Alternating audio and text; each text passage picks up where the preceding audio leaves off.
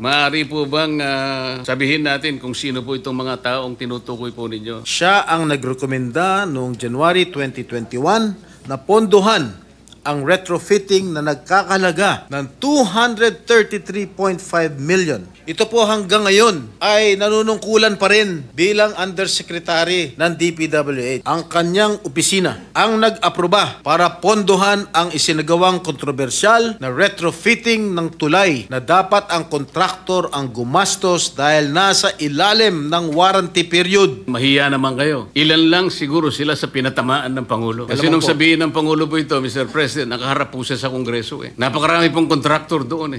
Ang inyong privilege speech, Mr. President, Your Honor, ay salamin lamang ng isang napakalaking anomalya na nagaganap sa ating bansa.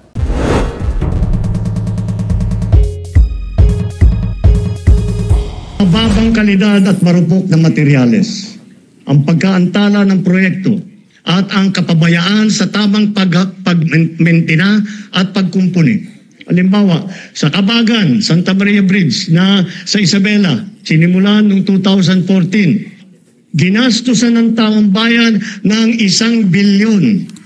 10 taon tinayo.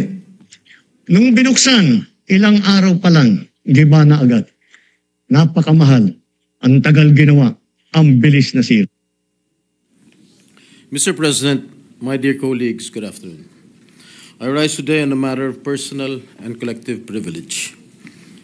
5 months after the reported collapse of the Kabagan-Santa Maria Bridge, accountability has finally been demanded by the Department of Public Works and Highways, directed only at the driver of the dump truck operating a vehicle with an approximate gross vehicle weight of 89.63 metric tons. Such a heavy load exceeded the bridge's design load capacity of 33 tons and violated the 45-ton maximum allowable gross vehicle weight, or the MAGVW, under Republic Act Number 8794 and its revised IRR. As fate would have it, the bridge, 12 years in the making and opened for just over 20 days, collapsed. Hailed as one of the engineering wonders and the gateway to the Cordilleras, this road network was one that our kababayans had long looked forward to for decades. Para sa mga kababayan natin na buhay na tinatawid ang daan papuntang Isabela, isang malaking kaginhawaan sana ito. Ngunit ang kanilang pagbubunyi ay panandalian lamang. Mr. President, I take this floor to demand answers. Why did a bridge into which we poured over 1.2 billion of taxpayers' money, meant to be a symbol of strength and connection, become instead a symbol of failure for the government? Sino po ang dapat managot? Sino ang may sala? Nakakadismaya na matapos maimbestigan ito ng Senate Blue Ribbon Committee sa pangunguna ng ating kasamahan na si Senator Alan Peter Cayetano, ay ang nakakabahalang kawalan ng malinaw na pananagutan mula sa taong responsable sa pagpapatupad ng proyektong ito.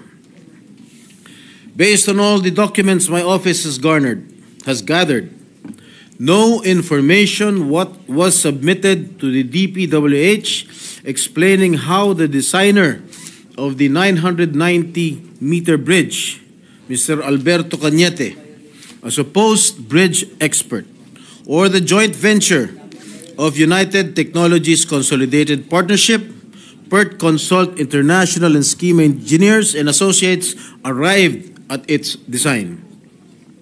The special committee report by the DPWH on the collapse of the Kabagan-Santa Maria Bridge, submitted to the Blue Ribbon Committee last April 30, noted that, based on limited research, there is no known precedent for this exact structural configuration in either local or international bridge projects.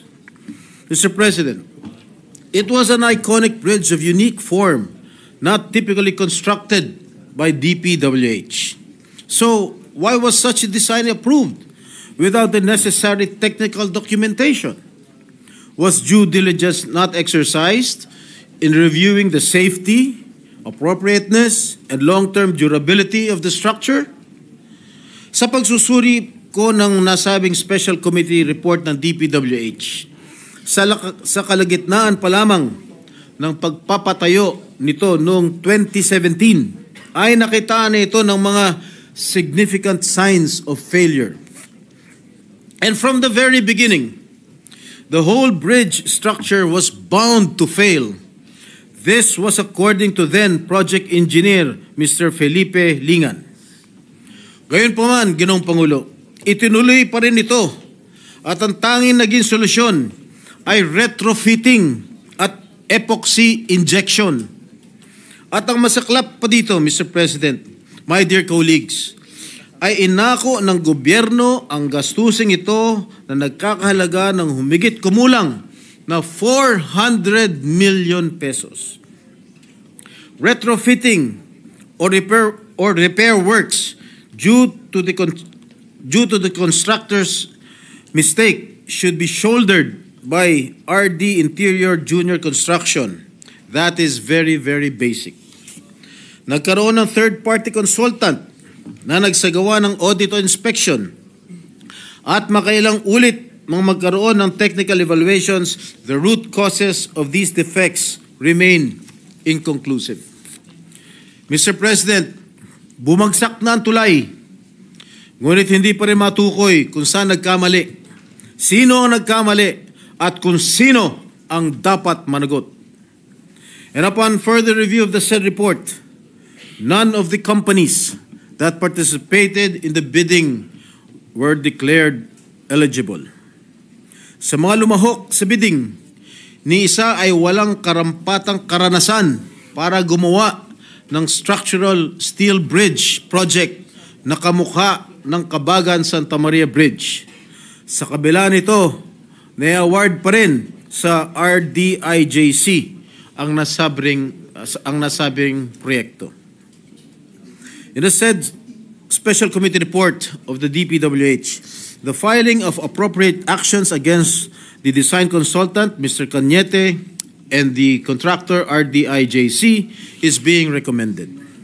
Mga Ginoong Pangulo, sa mga umiral na batas, kapag nag-collapse ang isang struktura dahil sa depektibong plano, specifications, construction methods o paggamit ng substandard materials, dapat managot ang mga engineer at arkitekto na nag-prepare, nag-review at nag-aproba ng mga plano at ang kontraktor na nagsagawa ng proyekto.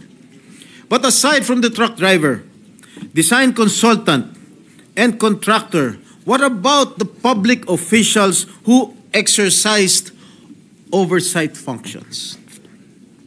Why is there no mention of disciplinary actions against these supervising officials whose approval and oversight or lack thereof enabled this tragedy? Mr. President, wala tayong nabalitaan na nasuspending opisyal ng DPWH na may kinalaman sa proyektong ito. Wala rin tayong nabalitaan, iniimbestigahan sila upang panagutin. A bridge does not collapse overnight. Anumang maliit na bitak ay lumalala, lalo na kapag ito ay binabaliwala. This incident is more than a structural failure. It is a failure of governance. It exposes weaknesses in our systems, weaknesses that will persist if we refuse to confront them with transparency and resolve. And let me show you a video of the interview of DPWH Secretary Manuel Bonoan. Yung project ay mga dapat na nagot na opisyal sa pamahalaan at siguro sa private sector. Dito ho pa mayroon ng pwedeng gawing aksyon ng DPWH. I-relieve muna lahat ng opisyal ng DPWH na involved sa project na yun.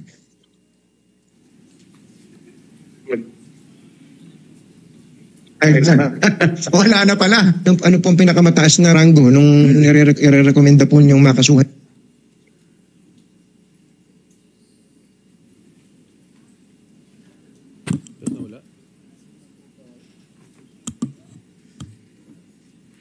Malakas yata kay Bonoan yun. Ang paniwala ng Pangulo, palpak yung project, may mga dapat na nagot na opisyal sa pamahalaan at siguro sa private sector. Dito ho mayroon ng pwedeng gawing aksyon ng DPWH. I-relieve muna lahat ng opisyal ng DPWH na involved sa project na yun. Anyway, Mr. President, marami man sa kanila ay retired na. Some of the decision makers are still with the department.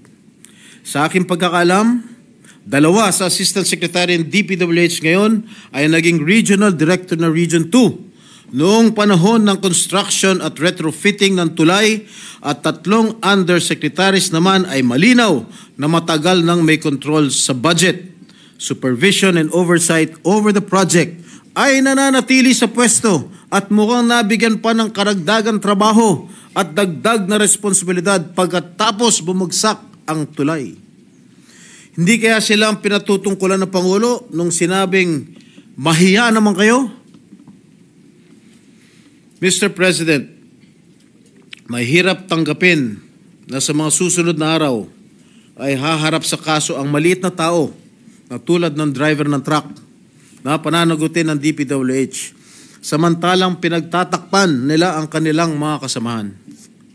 I urge the DPWH to take full responsibility and accountability, not only by pursuing private contractors, but also by holding accountable its own officials who were involved in the planning, approval, and implementation of this project.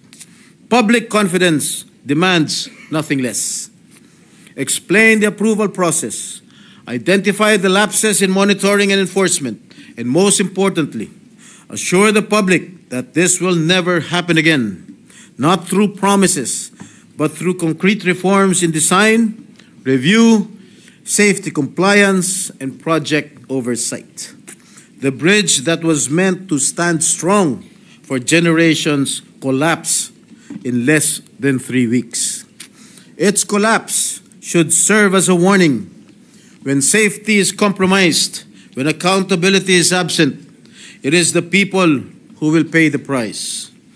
I am not here to point fingers at anyone. I only hope that we use this incident to mark the beginning of a renewed commitment to engineering integrity, public safety, and true accountability. Thank you, Mr. President. Majority Leader. Thank you, Mr. President. Mr. President, the distinguished gentleman from the great province of Tarlac and Rizal, Senator Rodante Marcoleta, wishes to interpolate the distinguished gentleman from San Juan, our Senate President Pro Temp. I move that they be recognized, Mr. President. Senator Rodante Marcoleta is recognized. Thank you, Mr. President. I know my friend will yield to a few clarificatory questions by way of interpellation. How did you know that I will yield? Wala ka namang choice eh. Gladly, Mr. President, I feel honored and... Mr. President, I want to know if the Honorable Senator is also aware of several falling bridges before this bridge subject matter of his speech. I am not fully aware of any bridge that has collapsed. May I... Here, I just...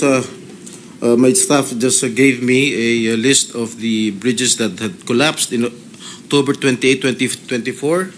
The Magapi Bridge in Balete, Batangas collapsed allegedly due to strong flood currents and the large number of uprooted trees carried by the water during Typhoon Christine.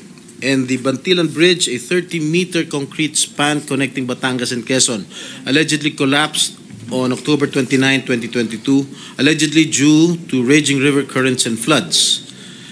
And the Carlos Romulo Bridge in Bayambang, Pangasinan collapsed on October 20, 2022. The collapse was allegedly caused by 2 overloaded dump trucks that exceeded the bridge weight capacity. And the Borja Bridge collapsed on June 16, 2022. This was allegedly caused by a 12-wheeler dump truck that exceeded the bridge's weight limit. And the Loay-Clarin Bridge, I think this is in Bohol, which spans the famous Lobok River. And this resulted in 4 fatalities and 18 injuries. And the bridge under construction in Colafu, Magsaysay, Marilog District, Davao City, collapsed on February 18, 2022, while workers were filling its floor with fresh concrete. And lastly, the steel bridge collapsed in Barangay San Isidro, Mahayhay, Laguna on January 29, 2022. That's all, Mr. Chair. So, Mr. President, I think the Honorable Senator will agree that we're fast becoming a country of falling bridges. I agree with you, my good friend, Senator Marcoleta. In regard to this bridge in Isabela, subject matter of your speech, Mr. President, wala bang weighing scale or weighing station or weighing facility na itinalaga ang local government or national government para sa ganon yung lahat ng dadaan ng mga behikulo? Kasi, Mr. President, alam naman natin na Isabela ay agricultural economy. It consists something like 29.8% agriculture products at 25% industry.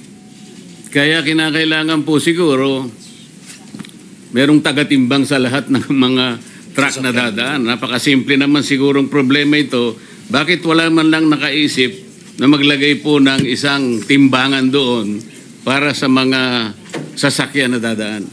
Sa aking pagkakalam po, Ginoong Pangulo, ay wala pong weighing bridge na nakalagay po rin sa Kabagan Santa Maria Bridge. Kaya siguro bigla na lang pumasok itong overloaded na truck na nag-weigh ng 89.63 metric tons. Kaya po bumagsak. Overweight to ng 43 metric tons. Kaya siguro bigla hong bumagsak ang tulay ng Kabagan na Santa Maria Bridge, Ginoong Pangulo.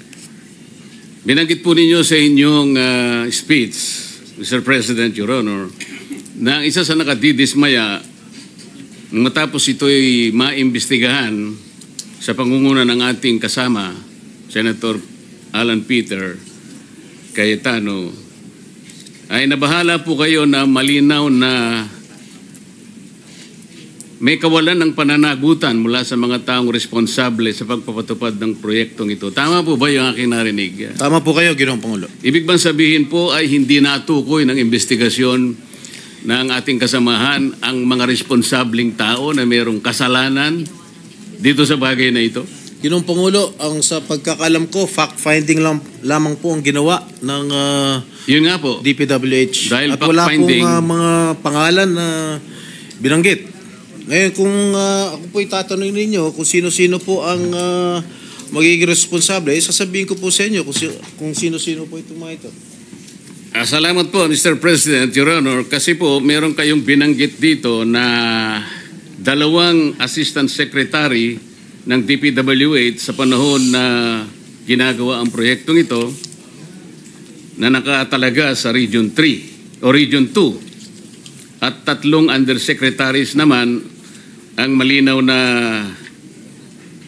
meron ding control sa budget at supervision sa panahon na ito'y ginagawa. Tama po ba? Tama po kayo, Ginoong Pangulo. Para po malaman ng ating kapulungan, maaari po bang sabihin natin kung sino po itong mga taong tinutukoy po ninyo, Mr. President, Your Honor? Maraming salamat, Ginoong Pangulo. Nagtanong na rin po kayo kung sino-sino po itong mga tao. Hindi ko nabanggit sa aking privilege speech. Subalit nagtanong po kayo, mapipilitan ko pong ibulgar kung sino-sino po itong mga taong responsable sa pagbagsak nitong sa pag-collapse nitong tulay sa Kabagan Santa Maria. Unang-una, si Assistant Secretary for Regional Operations in Luzon, Loretta Malaluan. She succeeded Neri Bueno, now Asik Bueno, as Regional Office Region 2 Director, the time when the bridge project was already facing structural problems. Siya ang nagrekomenda noong January 2021 na pondohan ang retrofitting na nagkakalaga ng 233.5 million o yung pagsasagawa ng epoxy crack repairs. In March 2022, she formally requested that the project be reclassified from a replacement to a retrofitting strengthening project given the persistent structural issues. Pangalawa po, Ginoong Pangulo, Assistant Secretary for Regional Operations in Visayas and Mindanao, Neri D. Bueno. Siya po, as then Regional Office 2 Director, Engineer Bueno was involved in the implementation of Phase 1 and Phase 2 of this project. In 2018, then Project Engineer Felipe Lingan began reporting early signs of possible bridge failure. Noong pa lang 2018, nakitaan na nitong si Mr. Lingan na medyo malapit na magkolapso o may failure, early signs of bridge failure. These warnings were either not acted upon or were not sufficiently addressed under Bueno's leadership, which became a notable concern in later investigations. Ginoong Pangulo, yung tatlo pong nabanggit kong undersecretaries, napapangalanan ko rin ngayon. Ito po hanggang ngayon ay nanunungkulan pa rin bilang undersecretary ng DPWH. Unang-una, Undersecretary for Regional Operations in Luzon, Ginoong Eugenio Pipo Jr.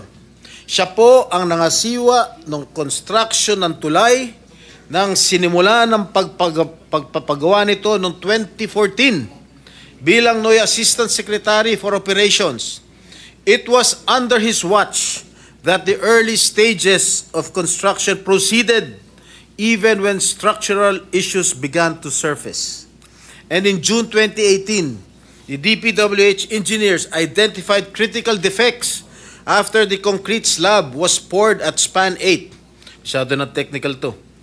Among the most alarming were sheared bolts and shifting columns, clear indicators of serious design and construction flaws. Yet, despite these warnings, construction continued with no decisive intervention from Pipo's office. His failure to halt the project or escalate the issue for re-evaluation allowed the risks to persist unaddressed. Pangalawang Undersecretary for Regional Operations in Visayas and Mindanao, Ginoong Ador G. Canlas. Siya po ay Assistant Secretary for Regional Operations in the Cordillera, Regions 1, 2, 9 at 13 noong taon 2022. Retrofitting began in 2023 with 285 million allocated for structural strengthening. The engineering designs were completed and submitted, and multiple iterations of the as-staked plans were prepared by DPWH Region 2. And during this phase, Undersecretary for Technical Services Ador Canlas became directly involved.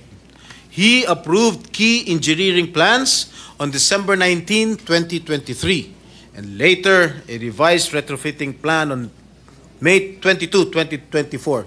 These approvals were crucial in authorizing the construction activities intended to stabilize the bridge.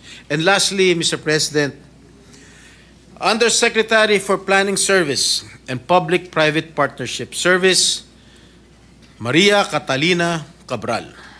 Ang kanyang opisina ang nag-aproba para pondohan ang isinagawang kontrobersyal na retrofitting ng tulay na dapat ang kontraktor ang gumastos dahil nasa ilalim ng warranty period. Dahil dito, gumastos pa ang ating gobyerno ng karagdagan na 400 million pesos.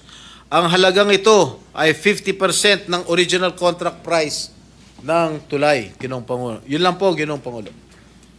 Mr. President, tatlong undersecretaries. Ibig bang sabihin ito, may basbas ito sa kanilang secretary, Mr. President? Well, that sa aking palagay, command responsibility po yan. Hindi naman po kikilos itong mga undersecretary kung wala hong basbas ang namumuno.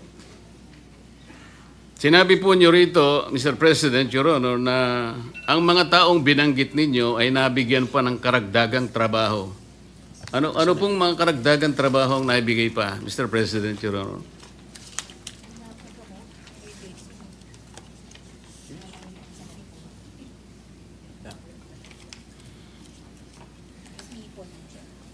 Habang binabasa po ninyo yan, karagdagan sigurong impormasyon, Mr. President, mayroon po akong nabasang isang briefing na dalawa po sa binanggit yung undersecretaries parang nagkaroon po ng pagbabago, atas ng panibagong katungkulan, nagmula mismo sa tanggapan ng DPWH. Tama po kaya yun? Tama po Mr. kayo, President, Your Honor? Tama po kayo, Ginoong Pangulo. Nasaan? At binanggit din po ninyo sa inyong speech, Mr. President, Your Honor, na tila kayo'y nagsususpecha at maring sila pinatutungkulan ng Pangulo nung sinabi niyang mahiya naman kayo. Ano po ang pinagbabatayan niyo rito? Malamang itong sinasabi ng ating Pangulo na pinatutungkulan ng ating Pangulo na mahiya naman kayo. Palagay ko, ito po yung mga opisyalis ng DPWH na kasangkot o kasabwat sa pagpapatayo nitong collapsed bridge na ito sa Isabela. Siguro po ang mas tamang isipin natin, ilan lang siguro sila sa pinatamaan ng Pangulo. Kasi nung sabihin ng Pangulo po ito, Mr. President, nakaharap po siya sa Kongreso eh. Napakarami pong contractor doon eh. Kayo po nakakaalam nun dahil kayo po nanggaling sa House of Representatives. Hindi po, tinatanong ko po kayo kung kayo isang ayon na maaring mas marami ang pinatutungkulo ng Pangulo. At hindi lamang po bagsakan ng tulay ang pinag-uusapan doon. Mr. President, hindi po ako makakasagot niyan sapagkat hindi po Bakit naman po hindi kayo makakasagot? Hindi po ako nanggaling po ng tanong ko sa inyo. Sa House of Representatives. Kayo po nanggaling sa House of Representatives. Malamang kayo po nakakaalam kung marami po ang pinatutungkulan ng ating Pangulo, Ginoong Pangulo. Talagang marami. Ako po, sinasabi ko sa inyo, marami pong kontraktor doon. Ang tanong ko lang kung kayo'y sumasang-ayon sa aking pananaw. Ay yes, sumasang-ayon po ako sa inyong pananaw. Ayun. Kung kayo po ay naniniwala, maniniwala rin po ako. Mr. President, Your Honor, di ba pangkaraniwan pagka meron po tayong itinatayong isang infrastructure, lalong-lalo na po yung mga vertical infrastructure, malimit po nating nakikita, nakatabi po yung meron pong parang banner yung, anong tawag doon? Yung COA. Merong billboard po ang COA. Billboard. Na kung saan nakalagay yung ilang mga detalye, pangalan ng proyekto. Minsan po pangalan po ng politiko nandun.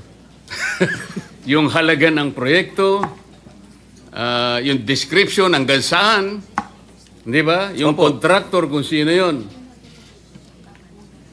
Pero nananatili lang na isang billboard. At hindi naman nagkakaroon ng updated report ang COA kung ilan porsyento na halimbawa after a while ang natatapos. Nananatili lang isang billboard na akala mo nagbabantay sa project. Tama po kayo. Kaya ko po tinatanong ito, Mr. President, nangyari po ito sa Misamis Occidental. Nagtayo ng isang irregular na proyekto. Sa pondong-pondo pa lang, Mr. President, saan ka nakakita ng isang housing project ang pondo manggagaling sa DPWH? So nung tanungin ko po yung auditor, sapagkat sila naman dapat nakabantay sa lahat ng proyekto, alam mo ba kako ito na nanggaling sa... Hindi po. Alam mo ba rin ba kako na yung titulo na pinagtayuan ng project na yan ay hindi pag-aari ng syudad? Hindi rin po. Wala ba kayo akong pakialam? Dahil kayo po ang security guard ng pera ng gobyerno. Nakikialam po. Kailan po kayo makikialam? Pagka po tapos na ang project. Akala ko baka ako ang COA ay merong preventive measures, action. Ibig mo sabihin ka ako pag natapos ang project, natapos na po talaga ang project, ngunit ang titulo po ay pag-aari ng mga pribadong mga mamamayan. Nang tanungin ko po siya, sino ang may-ari ng project? Wala pong maisagot. Ngayon po, itong ang inyong privilege speech, Mr. President, Your Honor, ay salamin lamang ng isang napakalaking anomalya na nagaganap sa ating bansa. At salamat po sapagkat kahit na ito po ay isa lamang sa mga bagay na maaaring makapagbigay po ng alalahanin sa ating mga mamayan sapagkat ito ay pera ng bayan, lalong-lalo na po yung binabanggit ninyong mga opisyal ng pamahalaan na parang kasangkot pa sa mga pangyayaring ito, na maaaring ang pwesto po nila ay nagpalipat-lipat sa ilang mga lugar sapagkat ito pong mga listahan ng mga bumagsak na tulay. Kung makikita po nyo yung tatlo sa binanggit nyo, sa Luzon po eh. Sa Makatwid po, ulit-ulit po ito. Parang napakasama pong pagsasalamin. Kagaya po ng ginawa ninyo, sabi nyo, ito pa naman ay isang symbol of strength and connectivity. Parang nasira po yung simbolo na yun, Mr. President, Your Honor. Ano po ang iniisip po ninyong gawin, Mr. President, Your Honor? Sana po ay maimbestigahan po itong sa lalong madaling panahon. Inimbestigahan na po ng ating kasama. Dito po sa inyong committee, sa Blue Ribbon Committee, sapagkat ang involved dito ay mga opisyales ng ating gobyerno. Lalong-lalo po sa, of course, sa DPWH. At masagot ko lang po yung inyong katanungan kanina dun sa mga undersecretaries na nabigyan pa ng karagdagang trabaho. Kung kumari lang po, Ginoong Pangulo. Base sa mga department orders namin nakuha, na-promote pa ho si Engineer Loretta Malaluan from Regional Director in Regional Office 2 to Assistant Secretary for Regional Operations in Luzon. Si Nery Bueno po ay dating Regional Director din sa Region 2 at na-promote bilang Assistant Secretary for Regional Operations in Visayas and Mindanao. At si Eugenio P. po ay dating ASEC lamang bago naging Undersecretary. Ganon din po si Yusek Ador Canlas. Salamat po sa impormasyon, Mr. President, Your Honor. Meron po kayong binanggit na retrofitting. Ang ibig po nyo sabihin, Mr. President, Your Honor, ito pong tulay ng Kabagan na ito ay maliban po sa ito'y ginastusan ng pamahalaan, yung retrofitting, ginastusan pa rin po ng ating pamahalaan. Opo, ginastusan pa rin po ng ating pamahalaan. Pagkatapos po ng dalawang gastusan, ito po ay bumagsak. 3 gastusan, hindi lang 2.